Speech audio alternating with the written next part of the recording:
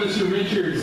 I appreciate you being such a well-dressed professional gentleman. I think all of these people know by now I say what I want, when I want, to whoever I want. So therefore, you are unnecessary. What I would like you to do, go get yourself some nachos and sit down and listen to what I have to say, just like everybody else. Get out of this ring.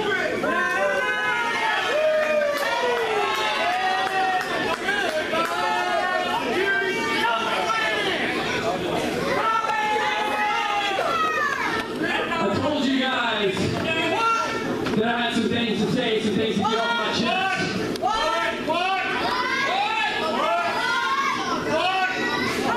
First, I want to take you back in time a little bit. The year was 1986. My dad, who was sitting here tonight, loaded me up in the car and he took me to Atlanta, Georgia, to the Omni. To an event I'd never heard of before called Starcade 86. That's right. And as I sat there as a little boy and I looked up at that scaffold high above the ring and I watched the Road Warriors send Jeff Cornette down to that ring, something happened. Something happened. I knew at that very moment that was what I wanted to be. I wanted to be one of those larger-than-life guys. I wanted to be in front of a crowd of people. And it went from being just a magical childhood experience, and it turned into something else. It turned into something that I believed in. Let me tell you, every Saturday night at 6:05, I sat there in front of my little TV, and I watched all those guys. I watched Ric Flair. I watched the Andersons. I watched Chief Walter McDaniel. Then you watched the Brady Bunch. And it never went away. Now let me tell you something. I don't think I have to tell anybody in here, life is hard. Sometimes life gets complicated.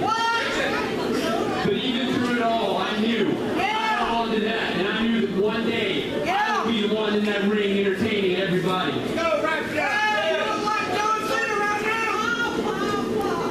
And like I said, you know, things get complicated, dreams get put on hold. And then, years down the road, as much of a pain in the rear end as I've been to that man back there, he gave me a chance. He let me come out here. He let me get in this ring in front of you people. And whether you love me or whether you hate me, there was nothing that I would exchange for that feeling, for being in front of you guys. Because you know what? It was no longer a dream. It was no longer that magical childhood experience. It became something that I believed in because it was something bigger than me. And like I said, you know, life is hard, life is tough. But if you don't have something bigger than yourself to believe in, it's going to be a long, miserable, cold life. And it was that. When I broke my leg in the middle of that ring. That's what it was. It gave me the courage to get up and to finish that match. And then when it turned into a life-threatening infection, when I was laying in a hospital bed with kidney failure, I said no. This isn't the end of it. I will be back, and I will be back in that ring better than I was before. But like I said, it was something bigger than me. You know, there may come a time in life when you don't have anything else.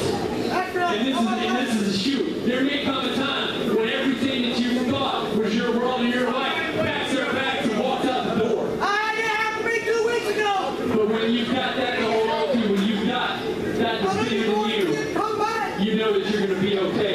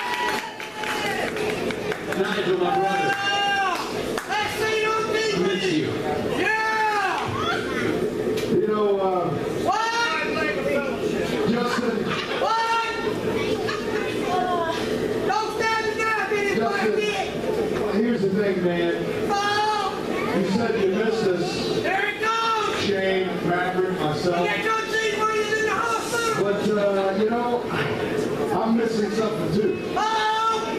What's that? And that happens to be the SFCW championship. Oh! Now, Hey, you can't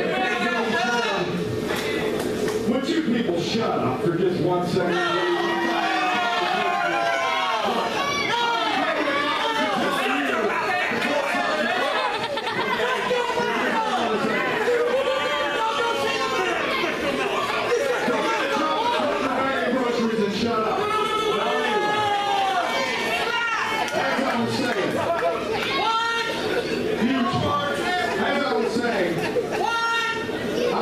SFCW Heavyweight Championship, and much like these people, Justin, But it ain't his fault! you got injured, and well, you just, you know, you didn't do your job. It You ain't his didn't fault! You couldn't report to duty. Maverick was there.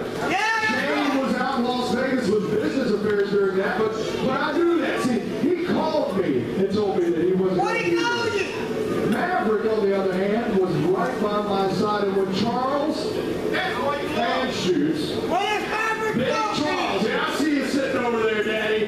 You ain't going! Whenever he restarted the match, and then AJ Steele stole the SFCW Heavyweight Championship from me, I have to say, Justin, you weren't there. I expected you there, just like all these people. You let me down. You let me down. Not only did I lose the SFCW Heavyweight Championship, you're talking about I held for over 4 months. But, you know, I lost a lot of respect for you because, to be quite honest, wait a minute, what are you saying? Why couldn't you be there? Because I've been listening in the back. Why couldn't you be there? Talking about how you got injured, broke your leg, and I still through my injury, Right.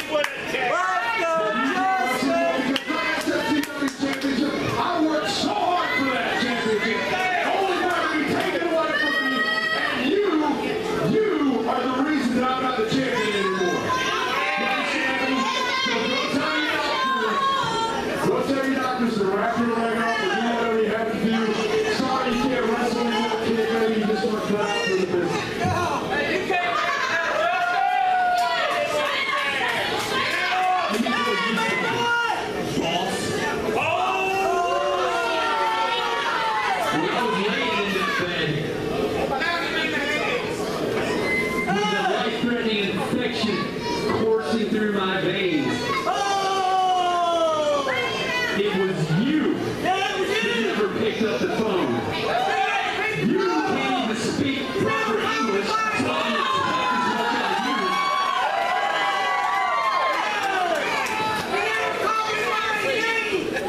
Don't even get me started on you. You cost me tag team gold on more than one occasion in this match. Do you know who did call? Do you know who did? Hey, legend. You're a false legend. You can beat this. It was you people. It was you. Not you. It was you. You know what? These people are what put you in the position that you are. They're the ones that bought the tickets. They're the ones that buy your merchandise. How dare you stand up here and act like you're better than anybody in here?